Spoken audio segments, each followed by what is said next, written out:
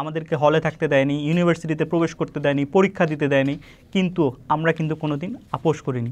আমরা চেষ্টা করে গেছি, আমরা স্টুডেন্টের জন্য কাজ করে গেছি, মানুষকে বোঝাতে চেয়েছি যে ফ্যাসিস্ট সরকারের সাথে আমরা এভাবে বাস করতে পারি না।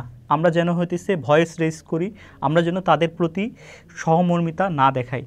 এর ফলশ্রুতিতে কিন্তু হইতেছে এই জুলাই গণ অভ্যুত্থানে এত মানুষের ইনক্লুড এখানে হয়েছিল। তো এরপরে 5 আগস্ট যখন হয়ে গেল, আমরা কিন্তু আমাদের ছাত্র দলের যারা স্টুডেন্টরা আছে তারা কিন্তু সবাই আমাদের পড়ার টেবিলে চলে গেছি। আমরা হইতেছে আবার পড়াশোনায় মনোযোগ দিয়েছি।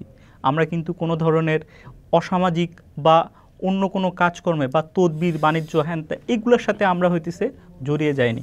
তো এরপরে আমরা যখন হইতেছে এই ডাকসু ইলেকশন আসলো, ডাকসু ইলেকশনের মধ্যে এই ছাত্রদলকে নিয়ে বা আমাদের স্টুডেন্টদের নিয়ে, ছাত্রদলের যারা স্টুডেন্ট আছে তাদেরকে নিয়ে এক ধরনের প্রোপাগান্ডা তৈরি হয়ে গেল। কিন্তু আমরা এসবে বিশ্বাস করি না। আমরা চাই আমাদের ক্যাম্পাসে রাজনীতি হোক, পড়াশোনা হোক, বিনোদন হোক, খেলাধুলা হোক, সবার একটা সহাবস্থান থাকুক, এবং আমরা এটাই চেষ্টা করে যাচ্ছি। ঠিক আছে, আপনার তো আজকে প্রচারণা শুরু হলো ডাকসু নির্বাচনের আনুষ্ঠানিক। নির্বাচন কমিশন আজকে নির্বাচন কমিশনের পক্ষ থেকে রিটার্নিং কর্মকর্তার নেতৃত্বে একটি বৈঠক হয়েছে, সেখানে ছাত্র প্রতিনিধিরাও ছিল। জি, সেখানে সিদ্ধান্ত হয়েছে যে স্ট্রাইকিং ফোর্স হিসেবে সেনাবাহিনী সেখানে থাকছে। নির্বাচনের সার্বিক পরিস্থিতি, ভোট কেন্দ্র, ভোট গণনা, ভোট কেন্দ্রের নিরাপত্তা, সার্বিক বিষয়, তো সব কিছু মিলিয়ে আপনার কাছে মনে হয় কি নির্বাচনের যে সার্বিক পরিস্থিতি যদি ঠিক থাকে তাহলে ছাত্রদলের ফলাফল কী হতে পারে, বা ছাত্রদলকে শিক্ষার্থীরা আসলে ভোট দিবে, কি মনে হয় আপনার? আমি যেটা দেখছি বা আমার যেটা হইতেছে অনুভূতি বা আমার বিচার বিবেচনার হচ্ছে মধ্য থেকে যেটা ফিল আসে, যে আমাদের যেদিন প্যানেলটা ঘোষণা করেছে, এই প্যানেলের আগ পর্যন্ত কিন্তু হইতেছে বিভিন্ন অন্যান্য যারা সংগঠন আছে তারা কিন্তু খুবই উচ্ছ্বাসিত ছিল যে আমরা বুঝি এবার জিতে যাচ্ছি।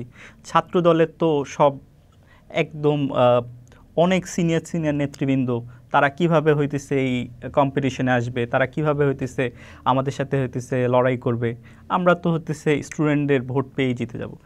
যেদিন আমাদের প্যানেল ঘোষণা হলো, এই রাজনীতির ময়দানটা সম্পূর্ণ চেঞ্জ হয়ে গেল।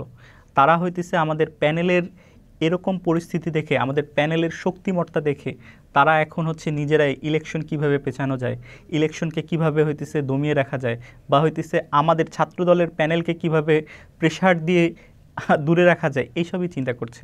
আমি মনে করি যে হইতেছে ইলেকশন অবশ্যই হবে, আমরা ইলেকশন করব, এবং এই ইলেকশনে ছাত্রদল বিপুলভাবে জয়ী হয়ে আসবে।